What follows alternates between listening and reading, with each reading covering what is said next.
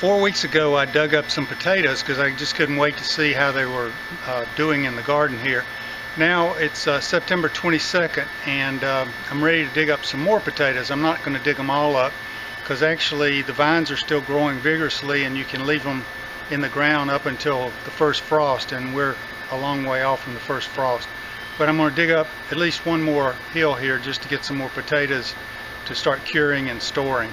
So let me go in here and pick a hill and we'll dig it up.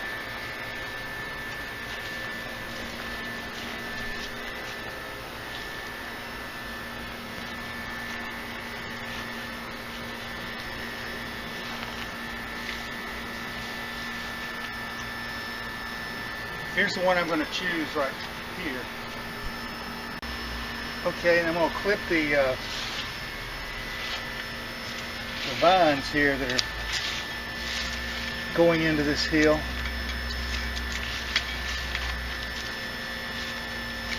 There's vines everywhere. And there's a big old potato sticking up out of the ground there. Come back a ways.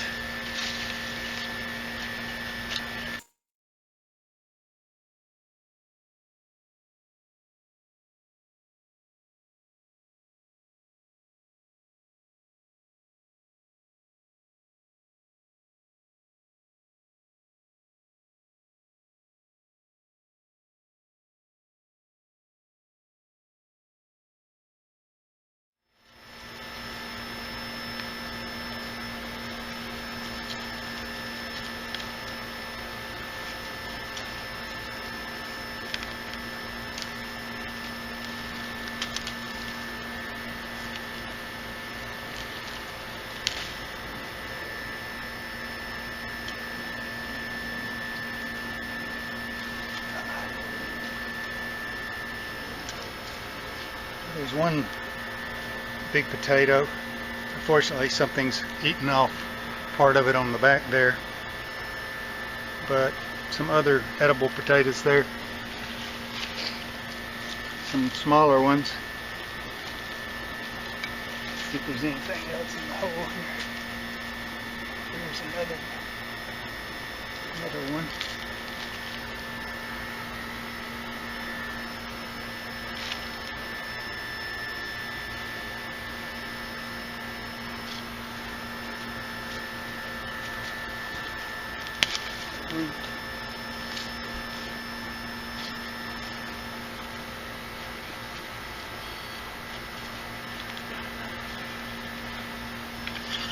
Not as exciting as the first hill, I don't think. I think that's all that's in there. I'm going to go ahead and dig up another one while I'm at it.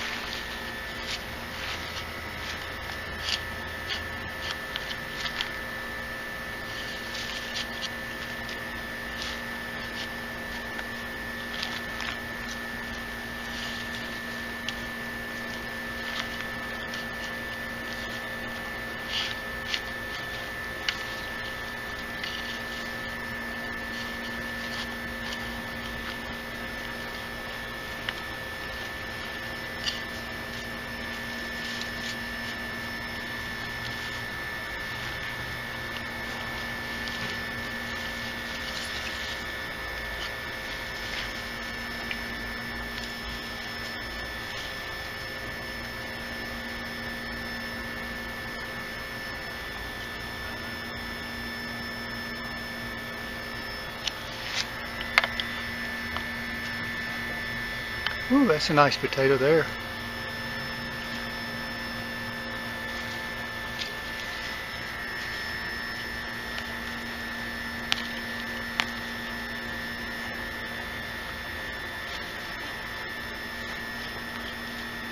Good grief. It's a big potato.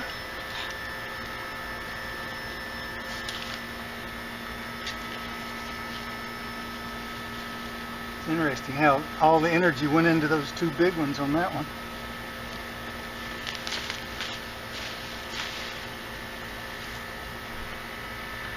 I think there's anyone in there. Okay, so anyway, I don't know how we're going to cook that one. That's a whopper, but some good potatoes. See a family of 4 right there. Yeah. I continued to pull up or dig up potatoes and clean out all these vines that are all over the garden, and really this area right down here is just where the potatoes were planted, from about here down to here, and the vines had spread all the way up to where my peas were planted and also my tomatoes were planted.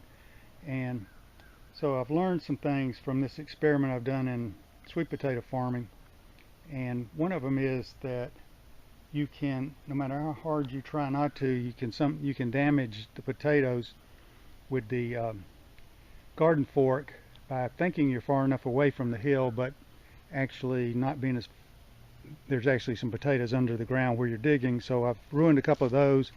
The chipmunks have eaten the tops off of some of the potatoes, like this one you can see has been eaten.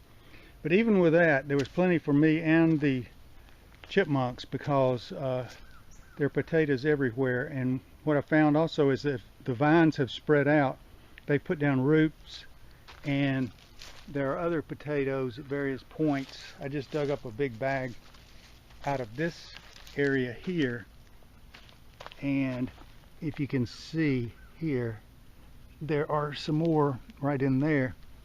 They're just everywhere, and these are like fingerlings, I think they call them at the grocery store. They're very small, but I'm going to show you in a minute the quantity of potatoes that we dug out of this 6 or 8 hills that we had planted. Here are some of the potatoes that we dug out of those major hills there, and I've taken a workbench here and semi-cleaned it off and have them laying up here curing. What you do is you put them in this case a garage, which is going to be between 80 and 90 degrees, and the humidity is just pretty high here in Georgia usually anyway, so you want high humidity and high temperature for 10 to 14 days while these cure. Here's an example of the size of potatoes. There are some very large ones in here, and like this, very big potatoes, also a few small ones, and some of them, like I said, have been damaged. I've thrown some out. Some of them we kind of are going to trim around,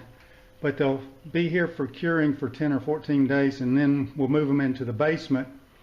And the weather's supposed to get cooler here because it's the end of September now, and in a couple of weeks they're predicting cooler weather, and the basement will be cooler, and so you want something around 60 degrees and high humidity for storing them for weeks, and that's what I want to use the basement for. Hopefully that'll work out.